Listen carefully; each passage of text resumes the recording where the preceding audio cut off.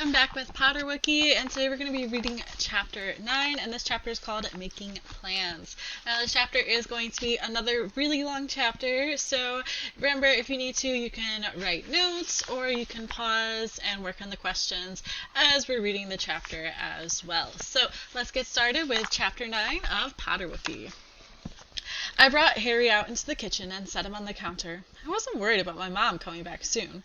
Whenever she and Livy went shopping, it usually took hours. I also wasn't concerned about my dad popping in. He hardly ever came home early for work, and even when he did, he always, and I mean always, honked the horn twice before turning off his car. He says that beep beep in car language means, "I'm home." There had been only a few times in my life that I could remember when my dad had not double-tapped the car horn when pulling up to our house. One of those times had been when they brought Tuffin back from being born, and the other time had been when I was 8. My dad had just gone through a particularly bad parent-teacher conference with my teacher. "Your son has a problem with eating chalk and then blowing it all over. Is that normal?" "Nope." I guess my dad had been a little too concerned to honk when we got home, but I had gotten over my chalk problem, and I couldn't remember a time since then that he hadn't double-tapped upon arrival. I fixed Harry a peanut butter and ham sandwich as Trevor talked about what we were going to do for our average chef tryouts. We had talked with our friends earlier about what they wanted. Jack thought we should make some spicy pancakes with actual explosives in them. Aaron wanted whatever we made to have cheese. Rourke thought our meal should include a toy, and Teddy believed that whatever we cooked up would be a joke if it wasn't crunchy, sticky, and sort of round. I had tried to explain to them that all we needed were a few basic recipes that we could use with whatever the average ingredients ended up being. I had seen the show enough times to know how it worked, so Trevor and I had gotten some good recipes out of my mom's cookbook. My friends had come over yesterday, and we had practiced cooking a few things. It had gone pretty well. Still, the tryouts were in 2 days, and I needed to improve my cooking skills. Harry was more than willing to help. May I be of assistance? I wonder how good of a cook he is. I loved when the Potter part of Harry spoke. He had such a cool British accent. It made everything sound much more important than it was. Not that the Chewbacca part of him wasn't just as interesting. When I sent him in the kitchen, he jumped up into the curtain and began shooting marshmallows at Puck. "Take that, Jabba." Poor Puck. I pulled him down and gave him one of the recipes. He read it aloud, so we knew what we were supposed to do. He was pretty helpful, but sometimes we couldn't understand him at all. "1 cup of arg and a dash of ah." What does that mean? Just add some more butter. Probably hard to get instructions from a Wookiee. It felt great to be in the kitchen preparing for Average Chef and hanging out with the Potterwookie. I still missed Wonk, but having Harry made things a lot better. In between, he's telling us what to do.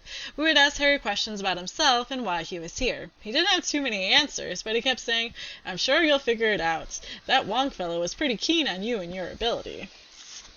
And there he is cooking with him. Our cooking started to get a little messy, so we put on a couple of Mom's aprons. I even found a small one from one of Libby's old dolls for Harry to use. We mixed all the ingredients together in a big casserole dish and put the food in the refrigerator. The doorbell rang. Now, who could that be? I hid Harry in the bread box and answered the door. It was Jack and Aaron. They were standing there looking stunned. Judging by their hair, I could tell that both of them had recently been talking to Wilt. Wilt loved to lick his hand, smack your forehead, and then swirl it around around your head until the front of your hair looked like a stringy bird's nest. He always pretended he was just fixing your hair, but we all knew better. Those poor kids. And that's him pretending to do it. The worst part about Wilt whirls were that they were almost impossible to comb out. One kid in my school had to shave the middle of his hair just to correct what Wilt had done. It was like a reverse mohawk. Jack and Aaron came into the house and sat down at the dining room table. Both of them had such long hair to begin with that their whirls looked higher than any I had seen before. I asked them what had happened. Wilt came over and started asking questions about what you're hiding in the backyard. What'd you tell them? Oh, I wonder if they snitched.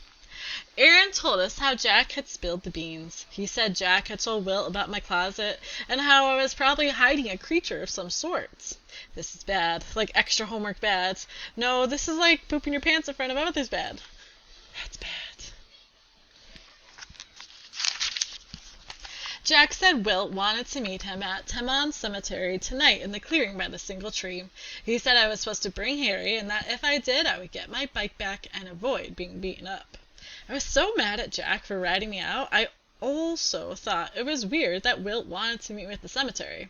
Trevor cleared things up by reminding me that Wilt's dad was the caretaker and that they lived in a house on the back edge of the cemetery.